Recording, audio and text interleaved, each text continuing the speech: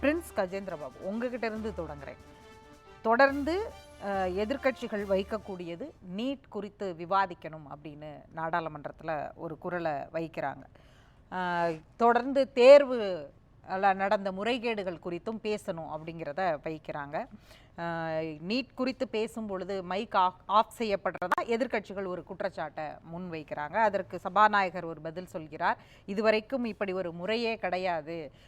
நன்றி தெரிவிக்கும் குடியரசுத் தலைவருக்கு நன்றி தெரிவிக்கும் தீர்மானத்தில் அட்ஜான்மெண்ட் மோஷன் கொண்டு வரதெல்லாம் மரபே கிடையாது அப்படின்னு ஒரு பதிலை சொல்கிறார்.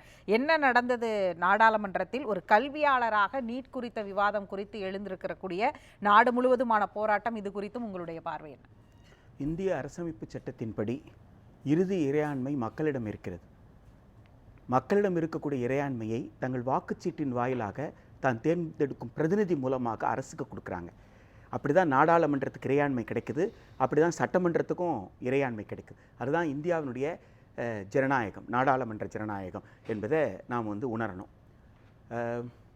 எக்ஸ்ட்ராடினரி சர்க்கம்ஸ்டன்சஸ், சில எதிர்பார்க்காத ஒரு விபத்து, ஒரு எதிர்பார்க்காத சூழல் உருவாகிறது என்றால் அந்த சூழலுக்கு தகுந்தாற்போல் தான் நாம் நடந்து கொள்ள முடியும்.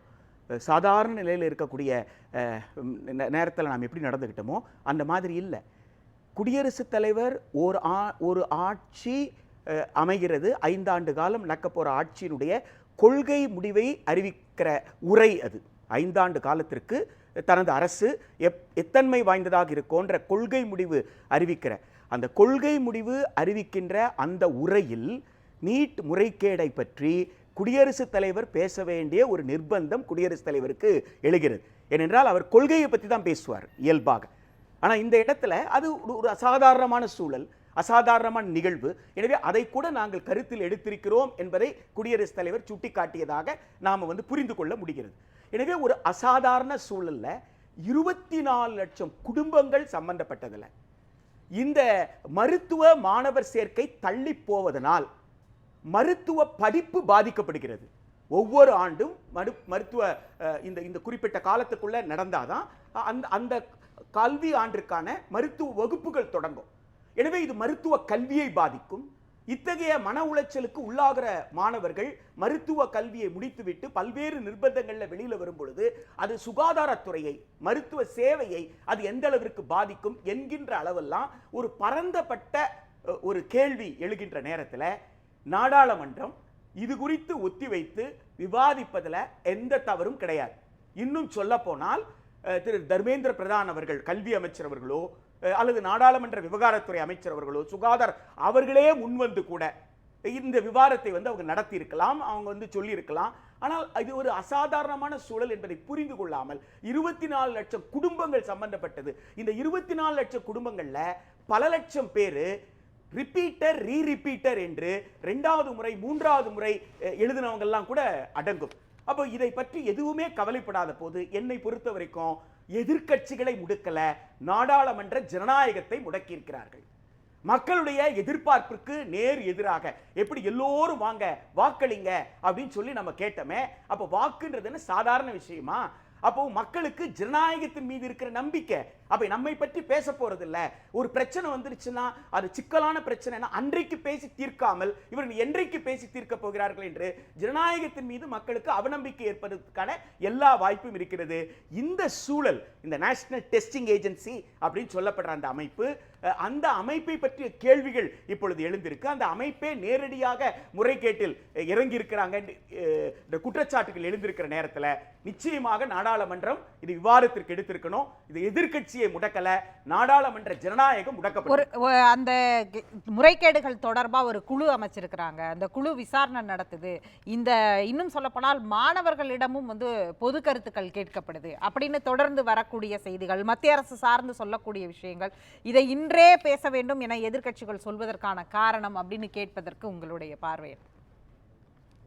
நீட் நடைமுறை வந்த பிறகு நீட்டின் மூலமாக தான் மருத்துவ மாணவர் சேர்க்கை நடக்கும். நீ எப்போ விசாரிக்க போறீங்க, எத்தனை நாள் விசாரிக்க போறீங்க? இப்போ இதுல சிக்கல்ல மாட்டி இருக்கிறது எது? நேஷனல் டெஸ்டிங் ஏஜென்சி, தேசிய தேர்வு முகமையே. எனவே அந்த முகமையே தேவையா தேவையில்லையா என்று விவாதிக்க வேண்டிய இடம் தானே.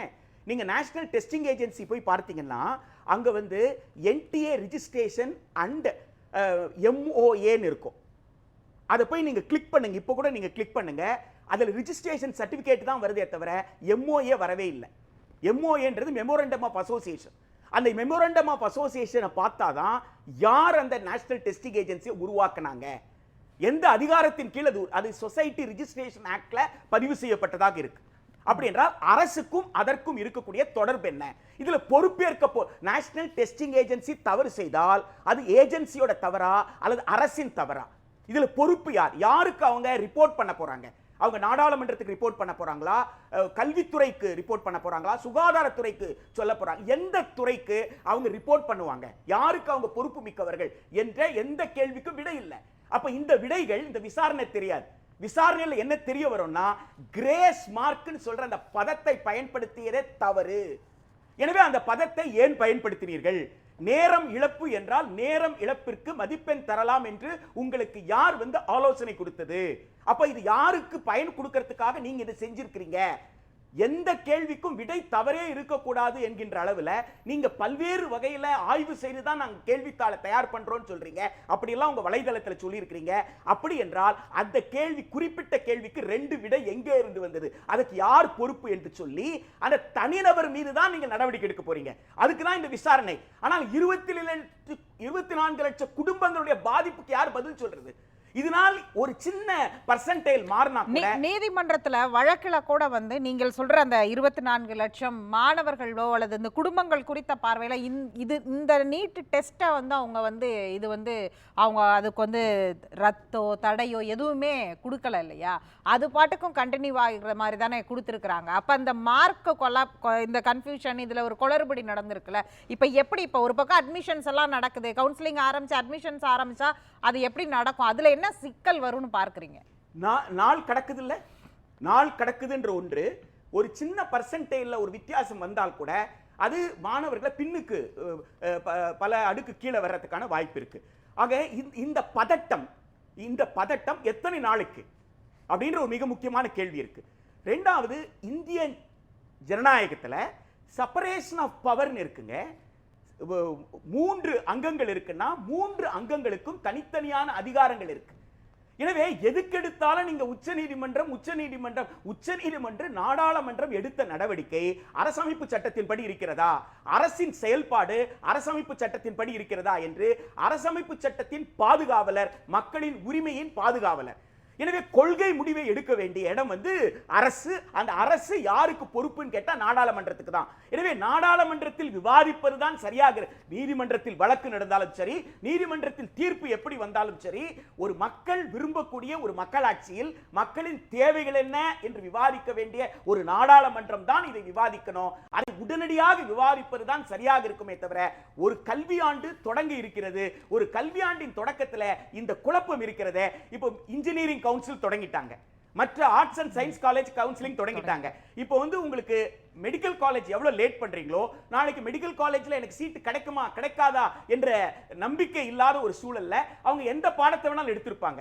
இப்போ அவங்களுக்கு கவுன்சிலிங்ல தன் பெயர் இருக்கு, தனக்கு கிடைக்கும்னு சொன்னா இப்போ அங்கிருந்து அவங்க வெளியில வர போறாங்க. அப்படி வந்தா அந்த இடம் காலியா போகுது. அப்ப அந்த இடம் யாருக்கு போகும்?